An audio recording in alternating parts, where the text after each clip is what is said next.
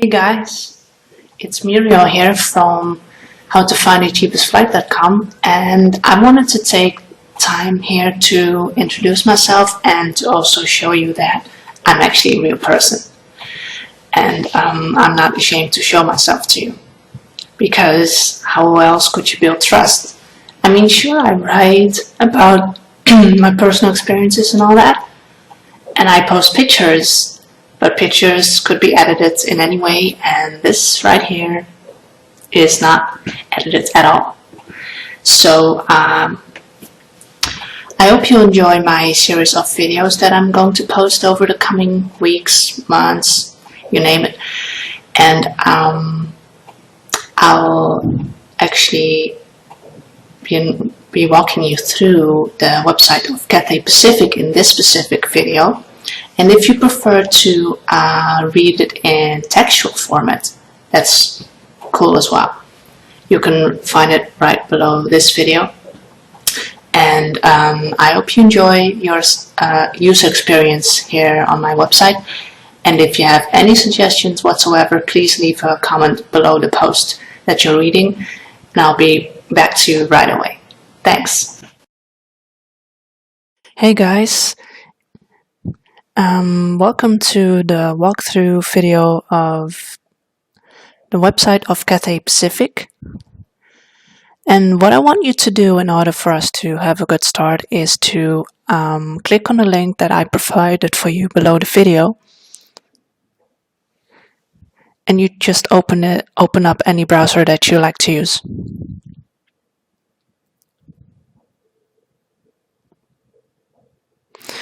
So when you have opened up a browser and typed in the link that I provided for you, you should be seeing the same thing that I'm actually seeing right now. And let me make it a full screen for you.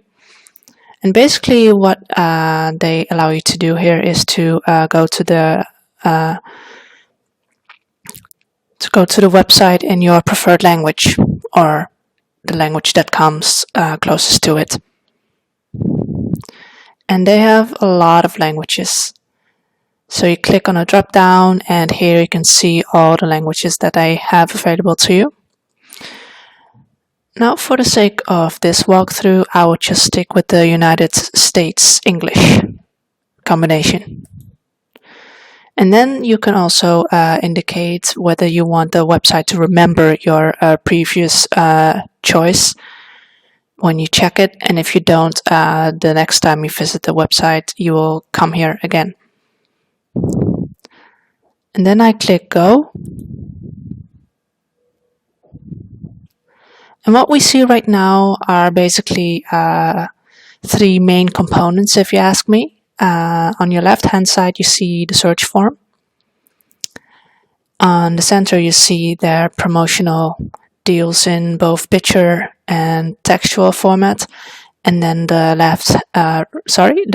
right-hand side, you can manage your existing booking, or you could proceed to the check-in if you're about to leave to your destination of choice. But for this walkthrough, we'll be focusing on the booking process, and therefore we're gonna focus on this part right here. And just an assumption for this walkthrough is that we will be leaving from Los Angeles, and if you want to choose another airport of origin, that's fine. You can click so right here, and it's all international airports available to you to choose from. And yes, you might have seen it real quick. My airport is over there, right? Over there for you or me or anyone to choose. I will stick to Los Angeles for now, and the same goes with your airport of destination.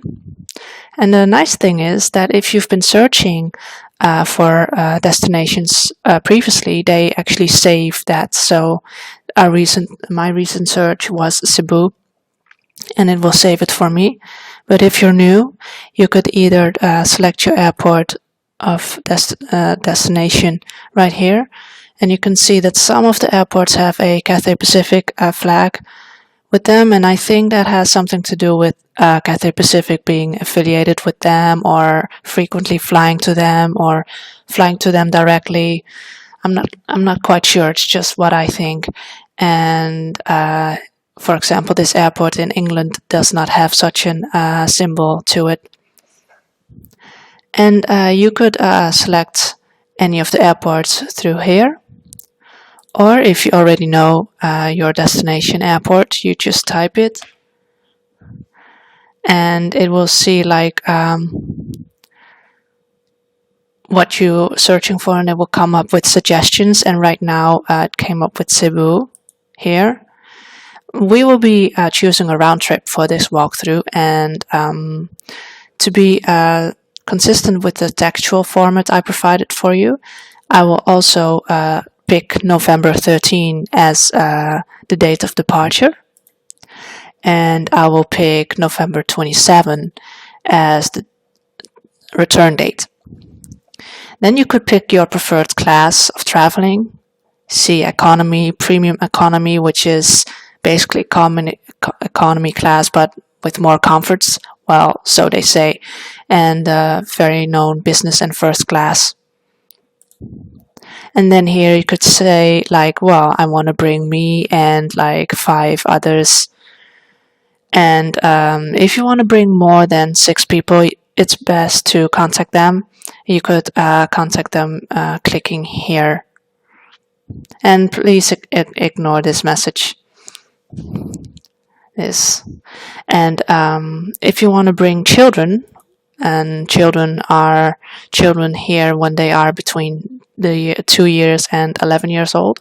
And if you want to bring more than 5, you should contact the airline too, so they can accommodate you on it. And the same basically goes for little kids, babies. If you want to bring more than 2 babies, you should contact them, and they're very accommodating. I know this from personal experience. And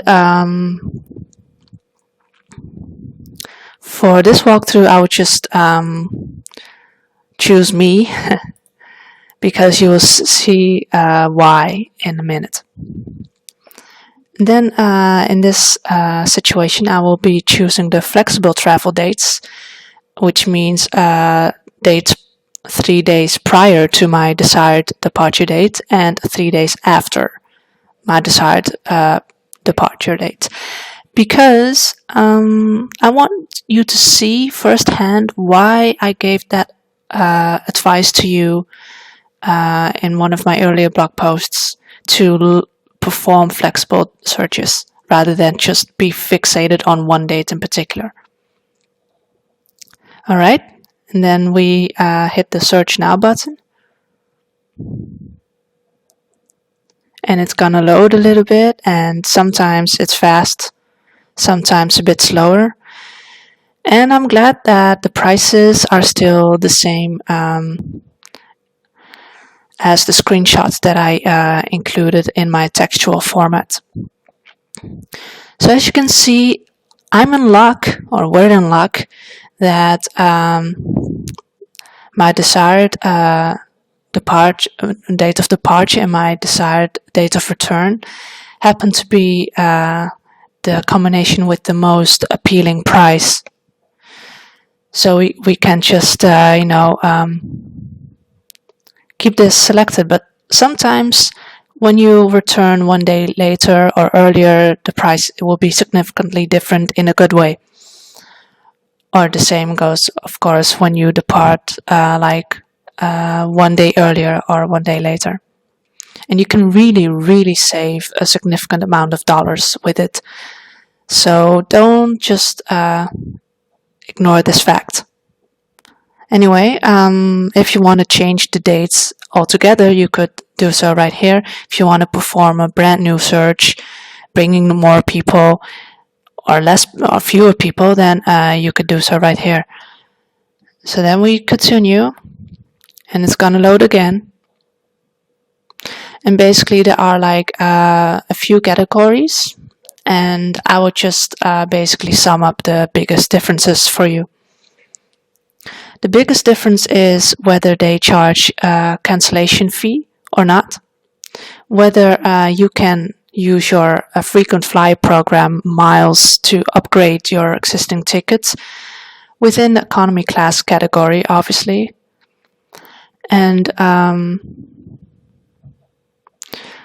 whether you can pre-book your seat, and we will get to that in a minute. And when it comes to a stopover or a direct flight, all of the flights to Cebu have at least one stopover.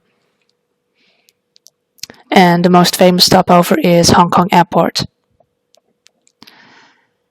And basically, when it comes to the available flights for your category, every category has a specific amount of flights that you can choose from. Like, I would want to pick this one. I've two departure times that I could choose and like one return. But for example, if I go to this category, all of a sudden I can pick 2 departure times and I can pick 2 return times. And if I'm more flexible and I wouldn't mind, I think, flying with another airline at least part of the flight, I think then I get to have 3 departure flights to choose from and 3 return flights. And yes, you could always pick the $4,532.80 just for the ability to cancel free of charge, but would you really want to pay $2,500 just for that? If the absolute max amount of money that they charge per ticket would be $100. But that's up to you. In my case, I prefer to just pick this category because we wanted to find the cheapest flight. And since they all have stopovers, so what would be the point? And a good thing to know is that this airline does not charge you a fee when you don't show up. Some airlines actually do or did. And of course, they always try to lure you to, do an upgrade. And even here, you can change the dates if you want to. And suggestion I would want to make for selecting your time of departure would be to select this one, because the plane leaves at 10:30 p.m., which is like you have almost a whole day to get packed and go to the airport and proceed to the check-in and everything. And also, you arrive in Cebu fairly early on the day, and I know from personal experience that you can really enjoy the day. You could even have time to sleep and then decide to go exploring. But do notice that you arrive 2 days later, because that's what the +2 is standing for. And then the return flight, we only have one to choose from. It is a very nice time, I have to say, because you'll leave Cebu at 12:20 p.m.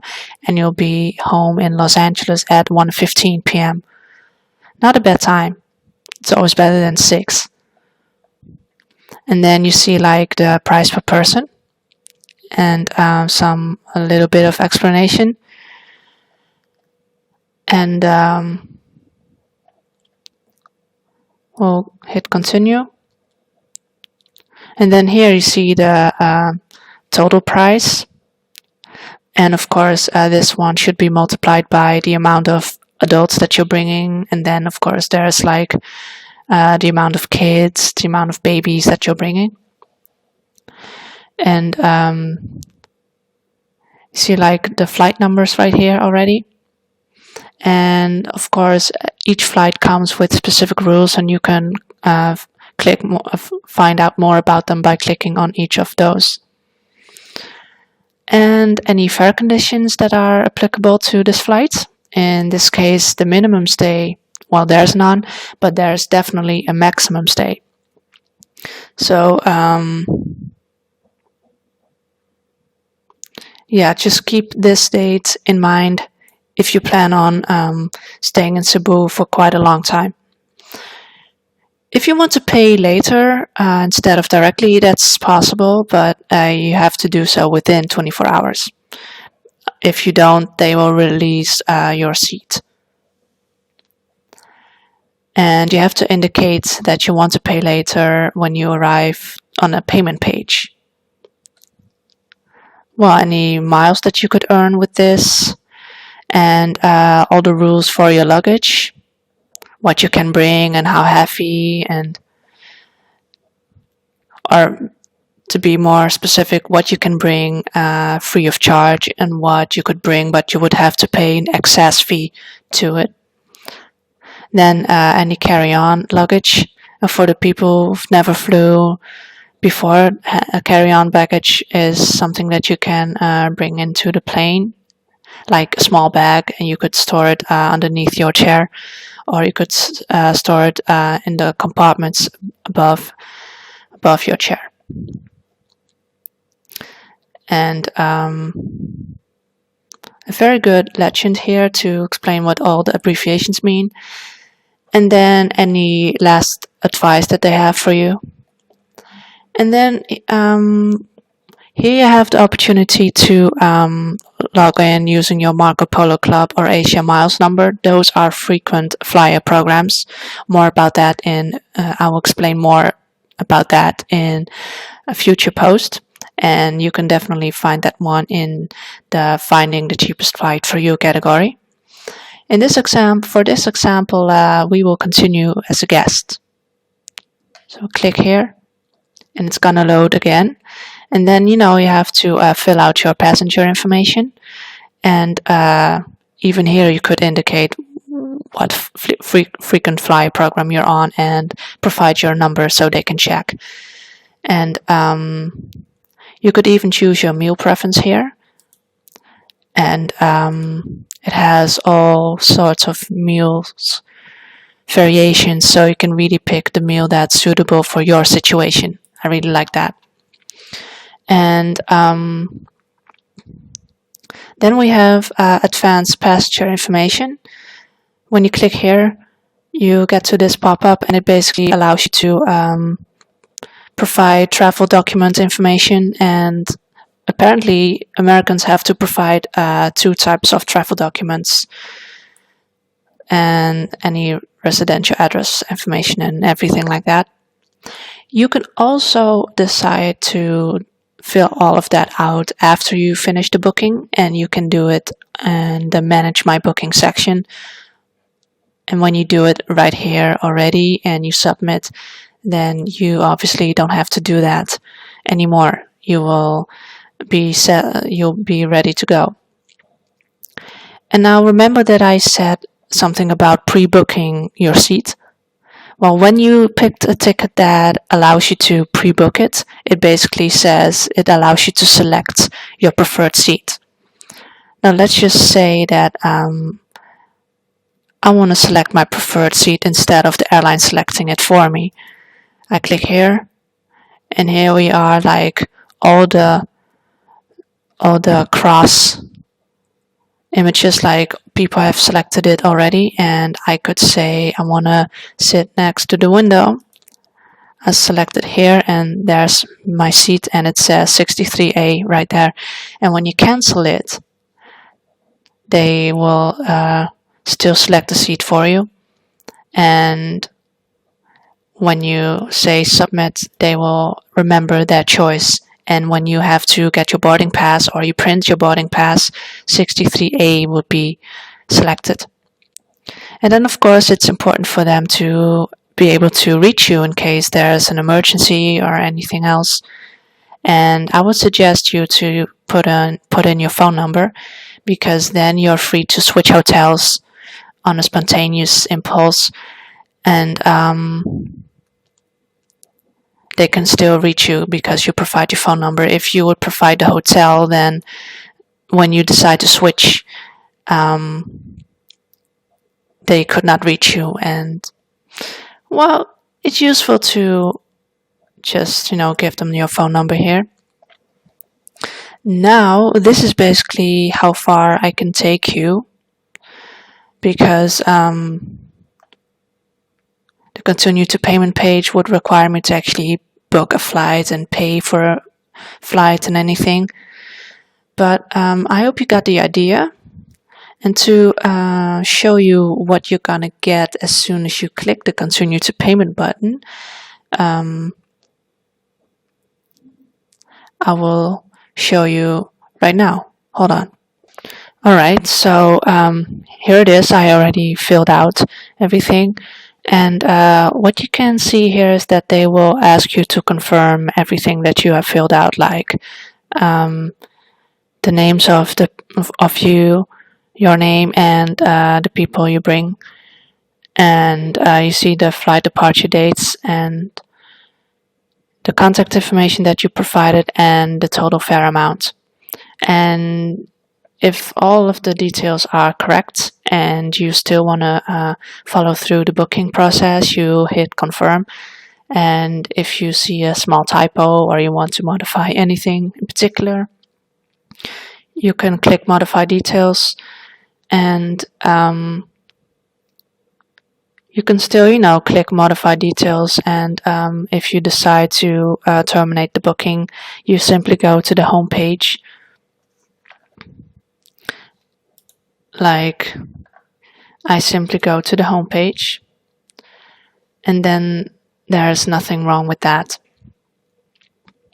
So I hope you guys liked the video walkthrough. This is an experiment, and